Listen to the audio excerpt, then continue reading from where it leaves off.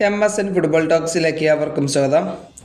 ഇന്നലെ ദുബായിൽ വെച്ച് നടന്നിട്ടുണ്ടായിരുന്ന 2025 ഗ്ലോബൽ സോക്കർ അവാർഡിൽ ഏറ്റവും കൂടുതൽ അംഗീകാരം ലഭിച്ചത് അത് പാരീസ് സെന്റ് ജർമ്മൻ ക്ലബിനാണ്. നമുക്ക് ആ കണക്കിലേക്ക് ഒന്ന് പോയി നോക്കാം. ബെസ്റ്റ് ക്ലബ്ബായി തിരഞ്ഞെടുക്കപ്പെട്ടത് PSG ആണ്. അതുപോലെ തന്നെ ഏറ്റവും ബെസ്റ്റ് കളിക്കാരനായി തിരഞ്ഞെടുക്കപ്പെട്ടത് ഉസ്മാൻ ഡെംബെലെയാണ്.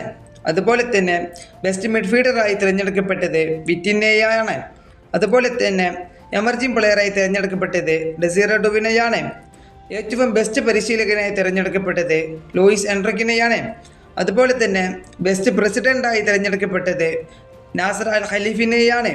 അതുപോലെ തന്നെ ഏറ്റവും ബെസ്റ്റ് സ്പോർട്ടിംഗ് ഡയറക്ടറായി തിരഞ്ഞെടുക്കപ്പെട്ടത് ലൂയിസ് ക്യാമ്പോസിനാണ്. ഇന്നലെ നടന്ന സോക്കർ അവാർഡിൽ വെച്ച് ഏറ്റവും കൂടുതൽ അംഗീകാരം കൊണ്ടുപോയത് അത് PSG ക്ലബ്ബ് തന്നെയാണ്. PSG ആരാധകർക്കും ഇത് വളരെയധികം സന്തോഷം നൽകുന്ന ഒരു കാര്യം തന്നെയാണ്.